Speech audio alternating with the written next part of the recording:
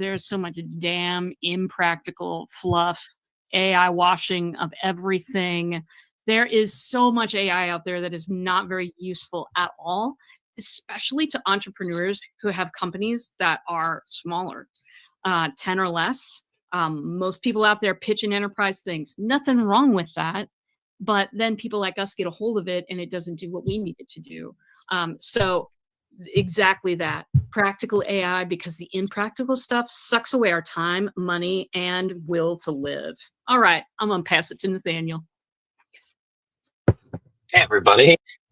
Really good to get a chance to be here. I think, I run Pickaxe. So, if you don't know about Pickaxe, we help folks build AI tools and put them into their businesses. And particularly, we work with small, coaching consulting businesses. So practical AI matters a lot to me because I just see the big opportunity for, first of all, people who are running small businesses or medium-sized businesses over the internet to explode, right? A lot more than they ever could before, because now they can kind of use AI to augment themselves. And also, the fall of maybe some of these much larger organizations, and people really going into business for themselves more because they have these new AI powers. So to me, I think this is going to be like a transformational technology that's going to make, well, for one thing, groups like this a lot more important in the next few years. And so that's why I'm so excited about it.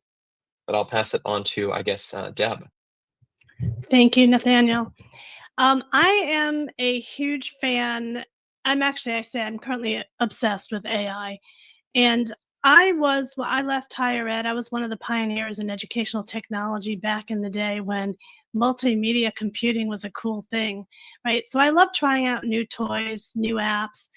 But what struck me was when I left higher ed to be a life and business coach, and I was a solopreneur struggling to do everything on my own because I didn't have the budget to hire a social media manager, a virtual assistant. And I struggled for years, never really got the business off the ground. I'm now a part of a partnership with a startup. It's a completely different model and a different business. And when he said, investors, they're only investing in things with AI, so we have to integrate AI. And it's like, okay, well, I'm not integrating AI unless there's a real purpose for it, right? I refuse to do AI for AI's sake. But lucky for us, AI was beautifully equipped to really propel our product and our service to another level. But what I realized was, oh my God, if I had these tools back when I was a solopreneur, my business would have flourished. And that's why I created SoloBot. I want to help the solopreneurs that can't afford the social media manager, that can't afford the virtual assistant. I want them to be able to not just stay alive in their business, because most small businesses fail, right? But I want them to thrive, grow, and do what they love instead of the scut work that AI can do. And with that, I will pass this on to Claudio. Yeah, so I'm still Claudio, didn't change my name since. And I've been involved in AI for a long time. I also built in early days, like a platform called Innovadio for early stage startups, which I actually tested with operators for a number of reasons. I never went live because of retention and whatever. So anyways, I've been basically studying ChatGPT when it came from day one, because I was already using AI before, and for 4 hours a day, every single day for a year. Okay, after my work, that's what I did. That's the kind of feeling of this is going to transform everything. And these days, I'm using agents and particularly very specialized elements there that basically are specialized in certain areas, and they're talking together to give me the answers that I need. So I think I agree with Nathaniel, with everyone here in this panel, I guess. This is very transformational technology. Mm-hmm. It's never too late to jump on board, because this will enable people like us, individuals, to actually create the very first billion-dollar company at some point. Oh, Yeah, and I would trust all of you, so I like that. So the first question is, and Nathaniel, I'm going to pick on you to start. We'll just go in a circle, if that's okay. Is in about 90 seconds, answer the question, but also we want to make sure everybody gets a chance to participate. And so AI is everywhere, right? And there's a difference between playing with it, the fluff I think that RJ talked about, and using it strategically or practically or actually integrating it into your business. And how does somebody who's new to AI, because they think that, you guys are well versed in this, but there's a lot of folks, we're getting a lot of messages around that. How do we discern the difference between the fluff and the strategic or the helpful? What are your recommendations? Yeah, it's a really good question, and I think it's important to have that distinction. We find a lot of folks coming in who, are just exploring. And I think the key thing to start out with is just start out with something small. Everybody is using ChatGPT or Claude or one of these other tools. So you kind of get an understanding of what's possible and what's not possible and the type of behavior that they can have. And usually people come, they'll say, hey, you know what? I'm done being a user of these AI tools. Now I want to be a builder of these AI tools. And they kind of get that idea in their head. But maybe the first thing they build is a little bit AI fluff. Maybe it's something that's just, hey, greeting people on their webpage or answering very simple questions. But that's a gateway drug a little bit to, then they kind of realize the power and they just go deeper. So I guess my main piece of advice there would just be the primary thing to do is just to start small, but don't leave it there. Keep going, keep expanding, figure out what it's good at, figure out how it can help you, and explore. If you start small and then stay small, then that's probably AI fluff, Nice. Thank you. Deb? Well, I would put into two distinct pockets. One would be the play and explore. So give yourself a certain amount of time every day or every week to just try something new and play outside of your business needs, right? Just so you can see what can do. Play. And Noelle Russell, who is my mentor and teacher and is amazing, she always says, break things, because when you break them, you learn, right? So I would protect time to play with different AI tools in your day. But when it comes to your business, you want to anchor any AI use into a use case. There must be a pain point or a need that you are solving with AI. You start with the need and find the solution for it. Don't start with the tool and it's like, okay, what can I do with this in my business? That you can do during playtime. But when it comes to your business, all right, what help do I need? What problems do I have that an AI use case can resolve for me? And I would also say, keep in mind your metrics, right? Is this going to increase revenue? Is this going to decrease costs? So that's the guideline that I would use for implementing AI in your business, but don't forget the playtime. Great. Claudio? What was the question again, actually? Sorry. Fluff Alicia. versus strategy. How do you discern where you're getting caught up in the excitement versus actually using it effectively in your business? So I agree with both Nathaniel, and Deb.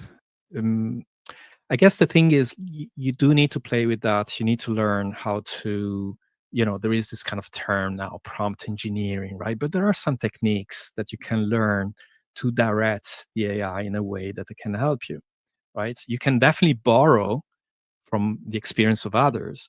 So one of the first things I started doing was to look into books that I liked. So for example, in the keynote, I just gave you a formula for a positioning.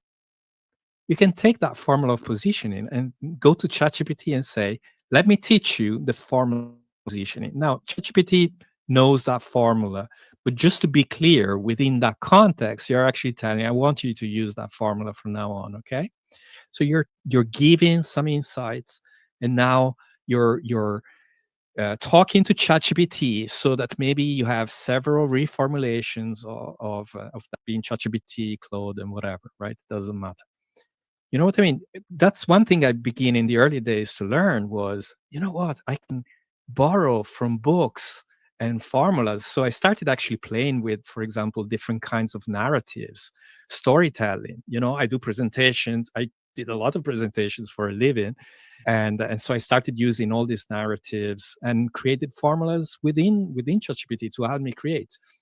So I'll just finish here. I know all this, you know, I don't want to be a machine, but you put the heart in it. RJ, you ready to wrap this all up with something to just put that cherry on top of not AI washing? Which is my new favorite. Yes. I'm ready. I've got my copy right here. No, you know, the first thing, how do you discern between the fluff and the things that really might be able to help you, the strategy? First of all, please all tune into your gut. If you are reading something marketing wise and those people are trying to scare you into buying their thing because you're going to be left behind.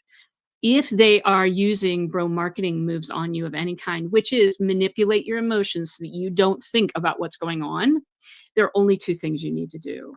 Let me reveal. Run like hell and keep going. Those things aren't for you. And it's okay to turn it down. If they tell you you're going to be lost without it, if they tell you, you know what, those people don't know you. And so seriously, run like hell if you run into bro marketing.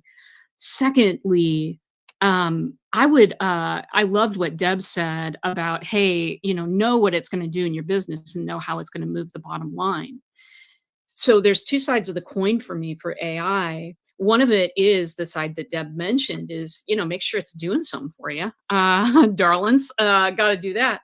But also know this, that most scut work can be automated away with AI and agents. Most of the crap that you hate doing that sucks the very life from you, that can be blown away by some of this AI stuff. That is also a part of, is this adding to my bottom line? Because it gives you back more time to be loving what you do, there for your clients, you know, all of that stuff. Giving you more time to do that is also giving you money as well. So be sure to look at that too. And that's it. Wrapped in a bow. That was great. Thank you so much, RJ. So whoever wants to start with this, I'm not going to pick on anyone. What's one area in your business or that you see, if you're someone like Nathaniel who works with so many businesses, that AI has helped you save time, gain clarity, or serve your audience better? And if you can, name something specific that changed for you when you did that. I'm happy to jump in here. Okay, go for it. I'm going to choose the one that helped us serve our clients better. So I know I have a few hats here, and it may be a little confusing. My store is astrology-based skin care. I'm now talking about AI for solopreneurs. But my day job, we have a learning platform to help people learn soft skills. So I created micro learning courses, and the courses are great. They are research-based. You know, I put my all into it to make them the best courses that I could, recorded video.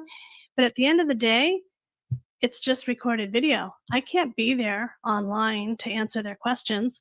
I can't be there to explain stuff. This is not a live class. This is, you know, self-paced. So I created an AI chatbot, an online tutor, to answer student questions in real time 24/7 that's trained on my material. So they're not getting answers from who knows where. They're getting answers based on my material.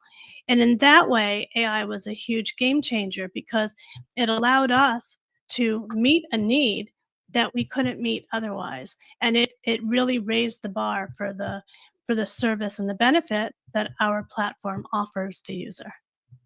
That's fantastic. Yeah, I want you know. Oh, sorry. Yeah, go on, Claudia. No, you go. Please. I would just say, you know, we maybe it's, we're a little bit of a young company, but we use AI for everything, So, I mean, if you're doing something that requires some legal work, go to AI first for that. If when we are having folks send emails in, we can kind of draft replies using Pickaxe and uploading our knowledge base into Pickaxe and responding them that way. I mean, when we're talking about summarizing meetings and then trying to get an understanding of what we should do next, even in coding, I remember there was one time when we were adjusting our pricing page, and the thing suggested a name for a feature that it had just hallucinated, but we were like, that's a really good feature. We had the list of features, and then it added another one that we didn't have, and I was like, you know what, this AI, it knows the next thing in this list. We should really do that. So for us at least, like, I don't really know the before and after as much, but we really use it for everything that you could possibly think of, and I think that's what I would recommend. Everybody just start using it a lot. Mm. Yeah, if we have time, I just wanted to add. So, Nathaniel, I'm glad you used different cases, because I didn't want to fall into the trap of actually thinking AI equals chat. There's a lot more to it, right? So I'm a developer. People keep saying developers will be replaced. The way I see it right now is that AI-assisted development is much, much more effective than it was before. One of the reasons why branch trackers accelerated so much is also because I am building AI-assisted. I was already fast, but if you know what you're doing and you keep the design right, you can help having that. The actual very day job I'm doing, I'm reading a lot of researches about, concrete and chemicals and whatever. I would not be able to do that job if it wasn't for the assistance of AI to help me create the statistical models that I actually need and the deep learning models that I actually need to deploy. So there's a lot of work. And, it was only a few months ago, maybe, that I realized, you know what? If I had enough images, I can freaking cure cancer. It's just about getting images there, right? And so that's where we're going. Mm-hmm. That's where we're going. Yeah. RJ? Yes, my friend. Well, here's how I use it on the daily, and this is a different track. One thing is that I am not a coder. If y'all know me, I'm not a coder. But there is a whole lot of code running in my bots and automations and AI. I use a pickaxe. I'm a big fan. Who wrote that code? It wasn't me. I told the machine what I wanted it to do. Now I'm going way slower than Claudio would. He'd have this project done already, baby. Would have had it done a couple of months ago, probably. So I'm going much slower. And sometimes I run into dead ends, but it has allowed me to learn at my own pace. That has been just completely amazing. So I'm able to do much, much more complicated stuff by myself. And I think that is an incredible place to be. Secondly, and I think that this is really important, I used AI to get clarity. I'm one of those people that have a lot of little talents everywhere. Anybody relate? Type in the chat. I know y'all relate. You're all creatives like me. We're constantly making stuff and going, God, where do I fit in the world? Because there doesn't seem to be a really neat category.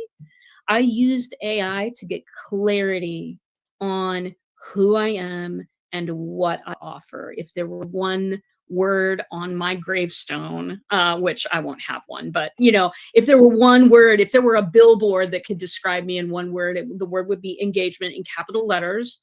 And that would be it.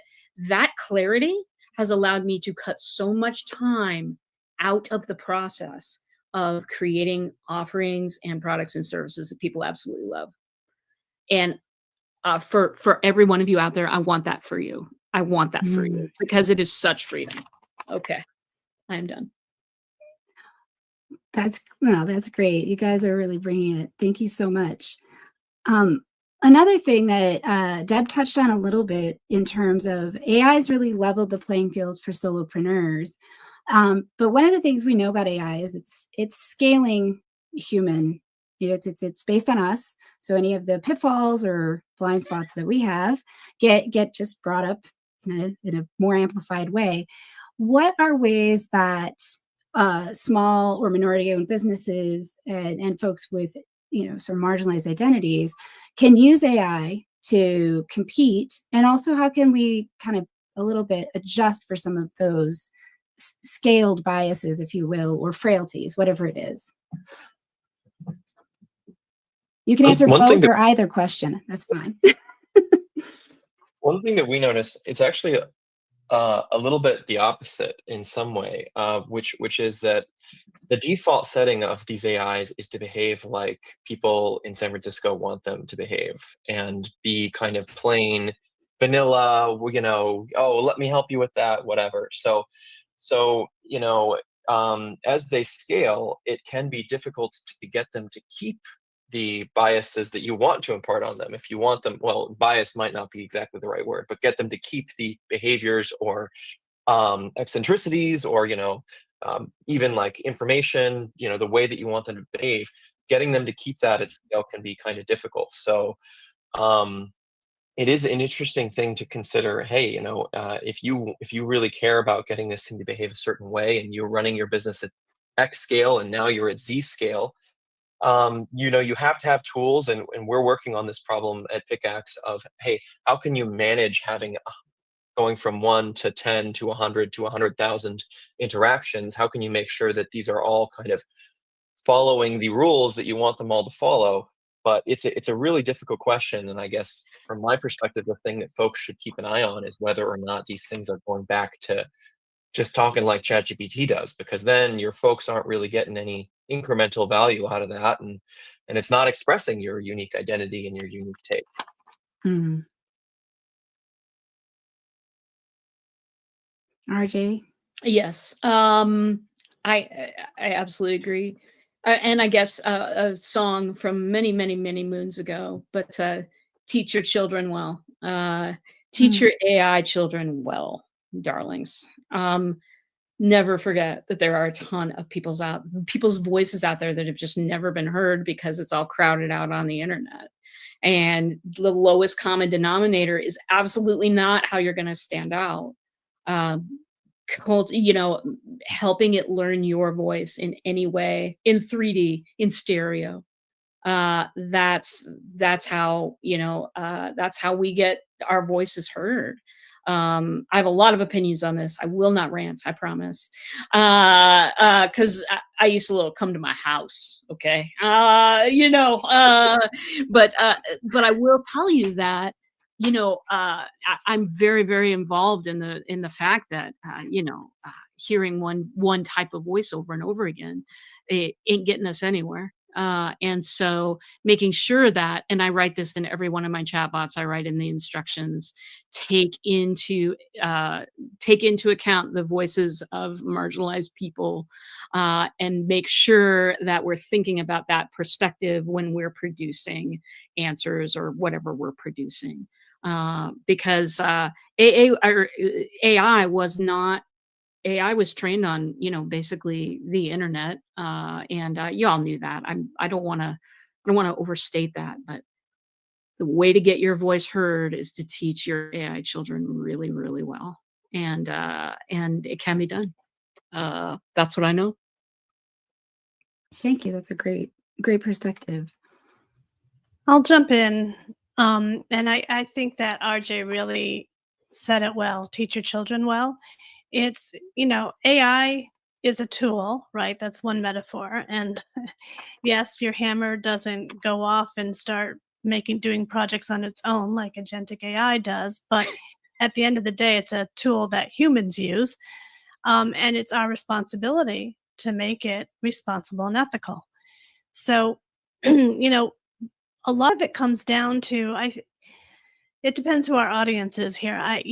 Do we have people who are AI builders who want to create their own agents? Or are we talking about solopreneurs who just want to use, they don't want to code? Like RJ, I'm not a coder, I'm a user. right? And I'm very grateful to people like Nathaniel and Claudio that are the coders that make it so useful to us. But prompt engineering or context engineering, that's all key. It's all, garbage in, garbage out. So when I do prompt engineering for me and when I teach others, I always put in responsible and ethical guidelines about fairness and inclusion, about clarity and accountability, about safety, about impact, about balance and accountability. I put that into my prompt, so it goes in that way. But you need to be aware of this if you want to get the best results that you can. I hadn't thought of that. I'm not a Okay. big AI user, so I just really appreciate that. Did you have something to add, Nathaniel? Okay. No, something I wanted to just say is that we are at the point. So one of my, it wasn't one of my first prompts, but I promise you, it was just a couple of months later. One of my first experimentations was to build a prompt optimizer, right? So you basically you write a prompt with one line, and it comes back and it will give you context, role, examples, and whatever. Basically, a page of prompts. So it quickly got to me to the point where basically you begin to learn that AI can get better than you to write prompts if you train it well. It really can, right? So a lot of these kind of training about, prompt, and you kind of need it anyways. But you know what I mean? AI itself is better, for example, at creating prompts for generating images. That I can tell you right away, right? A lot of you probably are generating images. Probably they go to ChatGPT and say, give me a prompt for Midjourney or whatever, right? Something like that. So there is that kind of idea. And indeed, if you want to put all the ethical aspects, you would have to write them themselves. I know I'm talking from the developer point of view, not only the consumer point of view, but I tell you what happens. Myself and especially some friends of mine are creating all these kind of MCPs, some agents, basically like elements that have particular roles, right? So you ask a question, you pass it to that agent. I'm going to say, in the development context, I want to talk to the architect first or the analyst first, and then I want to talk to this, and then each of them is specialized in a different way. Well, maybe you could have your ethic officer to check out what you produce before you actually go out and worlds with whatever, right? Maybe this is what's going to happen.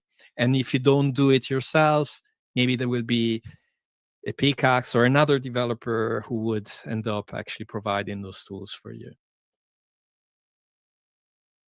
Yeah. GPT is overrated. Well, yes, it's overtuned, more overrated.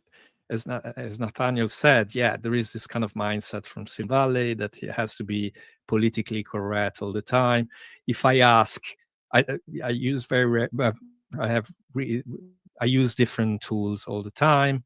If I ask, give me something, straight, opinionated, and whatever, ChatGPT would always repeat, I'm going to repeat in a very opinionated way. Okay, can you stop repeating that? I got you. Just I would keep doing that, right? So, anyways, that's what happens. Thank you. Something we hear a lot, and you all touched on it slightly, is that there's this real fear of the human being taken out of business. And I'd love you to address that we can talk about authenticity, or you've talked about it in different ways, but I'd really love to address it from your own experience and some of the ways that you see how we can take advantage of this technology, but also put that human aspect in it and maybe even automate it. I know that sounds crazy, but I'm going to put that out there. Yeah. So can I? Yeah. Okay. So it definitely is a concern. If you just spit out AI the way it is, you're taking the human out of the equation. Have you gone to LinkedIn recently? I mean, it's, there's this kind of bland advice left and right. It's so boring, right? Now, I did an experiment I think it was in December or whatever. And I knew, because I looked at all the influencers all the influencers that are LinkedIn, they talk about LinkedIn, right? They're copywriters and stuff like that. And obviously they're using a lot of marketing pool. They give a lot of tips. So I studied everything that they were doing. And obviously I knew they were using AI themselves. In a way, they were optionalizing some of the work. But one thing I understood, so I used all these experiments to extract their structure, whatever they were using there. You can still put your own touch. That's for sure, right? That's where your prompt engineering comes in to actually say, I want to bring my voice into that. You look at the results.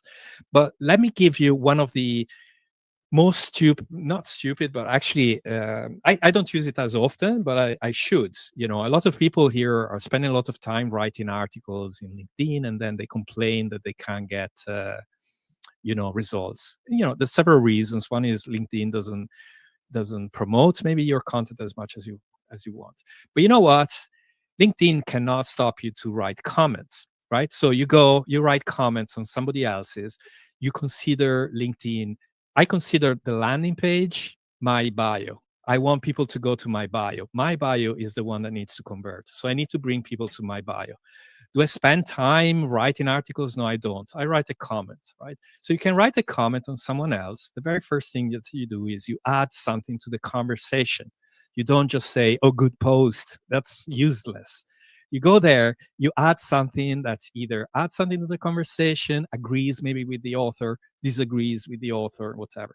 So here's what I did. I looked at a number of comments. I used some critical thinking to actually say, how can I explore the content of a post using critical thinking approaches, right? Where you explore aspects of the mind.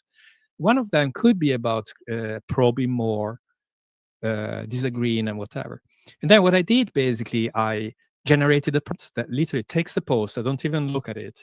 Takes a post, generates 10 comments based on my own directions. You know what? There's always a couple of comments that actually work well for me, right? Yeah, obviously you put your human touch, but that's what I mean is, you fast forward a few months later, everybody's freaking doing that. So there is that problem of actually having some platforms that are becoming less and less relevant because we are bombarded by nonsense to begin with. Also because most people don't think about critical thinking. They just write whatever, comment get to be spit out by someone. So that's the challenge and the opportunity. I might just share, we're talking about, hey, how do we get humans, in AI together? We're not getting replaced. And as we're going around, we just moved up. We're based in San Francisco now. Obviously, everybody here is very thinking about this particular topic. But some of the things we say to people about why Pickaxe is so exciting, but just in general, why like AI for solopreneurs and folks using AI in this context is so exciting is, well, for one, the results can be better, right? People say, hey, well, why don't you just go to ChatGPT? Well, as we've been talking about, you can get different behavior, you can get more niche behavior, you can add all of your knowledge and expertise. So that's one way in which you are connected to the AI, and it really is an extension of yourself and not a replacement for you. But another way has to do with your personal brand. So, ChatGPT, well, you can just use that for anything, or Claude or whatever. But what you're not only providing an AI tool, you're actually shaping the whole conversation. Through your personal brand, through your marketing, you're showing somebody what they might not have otherwise thought was even possible with AI. And by that, you're kind of drawing them in to your space and you're guiding them through every step of the way. So that's another really big way that we're seeing humans are like obviously still really important. Another one is, okay, human trust, right? Okay, let's say that I'm using it in a legal context or in a therapeutic context, and I say, hey, I'm really struggling. Well, if I'm just telling that to ChatGPT, I don't know who's listening to that. I don't know what's going on. That just basically goes into the void. If I'm going to somebody who's set up an AI representation of themselves, and then I'm talking to that person, that's like a conversation I'm having with that person through AI. That's way better. That's way more healthy. It's way more true to the real truth that really AI isn't replacing you. It's just facilitating you, is this idea of, hey, this is really a representation of me, but I might actually see this. I might actually kind of jump in. We might have a conversation later informed by this conversation you're having with the AI now. So those are really big things we think people are kind of missing, because this is, yeah, totally about finding the ways that people and AI can work together. So if anybody has any other ones too, it's just super, super interesting area to think about. I'll jump in because listen, I'll tell you, you haven't even seen what some of the things that can be done. Okay, one, I want to back up and say some companies will absolutely use this to reduce headcount and increase efficiency. Those people, they're the same people that fired a whole bunch of auto workers and said, we got machines, we can do this. Those people exist. They're going to do what they want to do. Will they replace us as entrepreneurs? Oh, no. Oh, no. For me, we're smaller companies. Therefore, we're able to, we have a shorter turning radius. Okay. We can turn on a dime if we need to. Google can't. Okay. So we've got some opportunities here that the big companies absolutely do not have. And as far as, using AI as a creativity augment, I can now, as a content creator, create a whole world on Go Brunch. Yes. Create little mini bots for people to talk to individual characters in my universe. Yes. Create merch for all of those things. Yes. Create an album of music by, the Poor Decisions, which is the house band for the Come Right In. Yes. I can do all of those things. Why? Have I created more time? No, because I am using AI to its fullest capability and extent to create a world that embraces my people, those who, want to come by. And that's the power of it, is that I can now sit here at my desk because a lot of my ideas come all the time, like popcorn or bubbles in pop, right? Just all like this. And I have trouble keeping track of them all. But when I have AI and when I can train it to do my will, it does take a minute. Boy, I can put 3D objects in my world that people can touch and feel, and I'm waiting for taste and smell. But I'm sure Nathaniel and the guys have it. Anyway, that's what I wanted to say, is that all of that stuff that's been going in a desk drawer for 20 years, like I could never do that. I don't have the time or the money. You can do it now. You can do it now. Yeah. I agree with what RJ just said, but I'll just go from big picture to back down to the solopreneur. I mean, there's a lot out there about how AI is going to take over the world, take over humanity. Humans are going to be all of us will be unemployed. Honestly, I think that AGI, artificial general intelligence, is further off than they think. There does seem to be an AI arms race now between the US and China. Okay, all that big picture stuff is out there. At the end of the day, though, AI, most small businesses, statistic, over half fail within 5 years. And then people who are coaches and are in information businesses, that's more like 70, 80, 70, 78%. I don't remember the exact statistic. All right. That will be changed by AI, because the AI will do the work. It's like cloning yourself, but not just cloning yourself so there are more of you, but cloning yourself with people who have expertise that you just don't have. So in that sense, it's a lifeline. So it's not, I recently had a conversation with a friend. She goes, oh, I don't believe in AI. I think we need to, instead of removing humans from the equation, we need to add human, make more connections and relationships. And I was saying, yeah, that's true. But if you use AI properly, it will enable you to build more connection relationships, because it's going to do your scut work. So you can spend your time doing the coaching and the relationship building and the networking and the human activities that AI can't do. So I definitely see the glass half full in that respect. Having said that, yeah, there's going to be a shift in jobs in the job market. Companies, certain people are going to be, their companies are going to have fewer of some tasks. But at the same time, people are going to be able to do more. Companies will be able to do more as well. So it's a reshifting. it's not an all or nothing thing, and there's certainly a lot of reason for hope and excitement. It really is. Um,